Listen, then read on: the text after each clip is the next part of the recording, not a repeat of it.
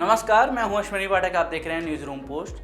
ISIS-K को दुनिया भर के तमाम इस्लामिक जिहादी आतंकी संगठनों में सबसे ज़्यादा कट्टर और ख़तरनाक माना जाता है।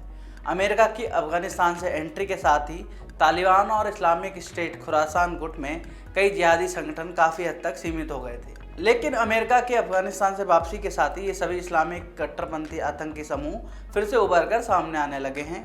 ISIS-K के संगठन की बात करें तो इस आतंकी संगठन के जन्मदाता भी पाकिस्तान है। जैसे कि उसकी कथनी और करनी है कि हमारे यहाँ पाकिस्तान में कोई आतंकी संगठन नहीं चलते, लेकिन ये पूरा विश्व जानता है कि पाकिस्तान के अंदर कितने आतंकी संगठन और आतंकी पनपते हैं। हर रोज़ वहाँ एक नया आतंकी जन्म लेता है। पाकिस्तान के एक प्राचीन इलाके खुरासान या खोरासन के नाम पर बना यह आतंकी संगठन अफगानिस्तान, पाकिस्तान, ईरान, सीरिया के कुछ हिस्सों में खुद को ऑपरेट करता है।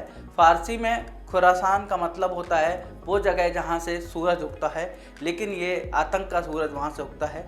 इस्लामिक स्टेट खुरासान के गुट की अनुसार उनकी सीमाएं केवल अफगानिस्तान या ईरान तक नहीं बल्कि भारत तक आकर लगती हैं। इस आतंकी संगठन का मानना है कि खुरासान प्रांत के अंतर्गत केवल एशिया ही नहीं बल्कि पूरी दुनिया आती है। इनकी एक अपनी अलग मानसिकता है और जिसको लेकर ये लोग चलते हैं, और बाकायदा किस तरीके से इनका पूरा सिस्टम काम करता है वो भी आपको बताएंगे। अब ISIS-K ने एक वॉइस ऑफ खुरासान के नाम से एडिशन जारी किया है, जिसको लेकर उसमें नए खुलासे हुए हैं। 51 पेज के इस एडिशन में ISI ने कई अहम खुलासे किए हैं, जिसमें मुंबई हमलों की साजिश में शामिल इस्लाम अल हिंदी का जिक्र है। मुंबई के रहने वाले इस्लाम अल हिंदी का जिसका संबंध पाकिस्तानी संगठन लश्कर-ए-तैयबा से था। अफगानिस्तान के नंगरहार में पब्लिश हुई ISI की ये मैगजीन वॉइस ऑफ खुरासान में छपे लेख के मुताबिक इस्लाम अल हिंदी के पिता हाफिज साहब मूल रूप से यूपी के निवासी थे, लेकिन मुंबई में सेटल हो गए।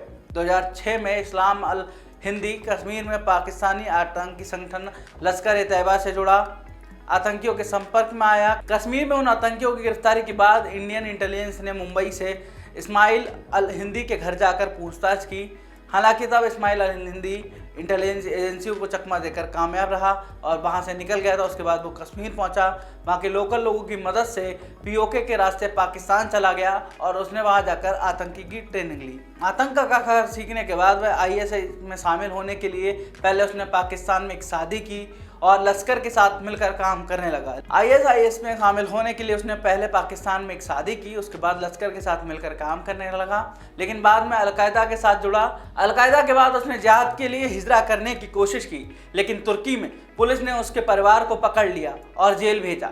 कुछ वक्त बाद वह उसे वापस पाकिस्तान डिपोर्ट कर दिया गया, जहां पाकिस्तान में भी कुछ दिन जेल में रहा और जेल से छूटने के बाद उसने पाकिस्तानी एजेंसियों को भी चकमा देकर खुरासान पहुंच गया, जहां उसने इस्लामिक स्टेट ज्वाइन किया।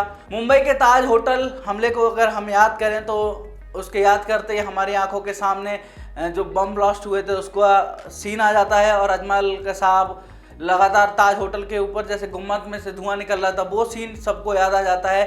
अब Islamic state voice of Khorasan में इसी हमले से जुड़े इस्माइल अल हिंदी को लेकर एक बड़ा दावा किया गया है कि ISI का कहना है कि लश्कर-ए-तैयबा से संबंध रखने वाले मुंबई के इस्लाम अल हिंदी की मौत 2019 में अमेरिका के एक ड्रोन हमले में खुरासान में हो गई थी। मुंबई हमले की प्लानिंग में उसका बड़ा हाथ था। किस तरीके से उसने भारत के जो रहवासी थे उनको चोट पहुंचाई और किस तरीके से उसका अंत हुआ और किस तरीके से आतंकी संगठन काम कर रहे हैं, इस वीडियो में हमने आपको बताया। लेकिन आगे ही ऐसे और वीडियो के लिए आप हमारे साथ बने रहिए। तब तक के लिए मुझे दीजिए नमस्कार।